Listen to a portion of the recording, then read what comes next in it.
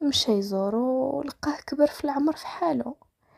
جلسوا بقاو يتذكروا الايام اللي كانوا فيها صغار وهما كيتبادلوا الحديث، حتى تشكى واحد فيهم الاخر من فعايل مراته اللي معيشه في المرار. كمل كلامه وقال له: انا اللي كيضايقني من مراتي يا صاحبي هو انها كتعاملني بقسوه، وحتى فاش كتكون كتهضر معايا كترفع صوتها عليا، وملي كتوجه ليا الكلام تقول غير كتعايرني، وحتى من طلباتها ما كتساليهمش. وإلا تعطلت غير شويه على ميعاد رجوعي للدار كتهيني، وشي مرات كتمد يديها عليا كاع وتضربني.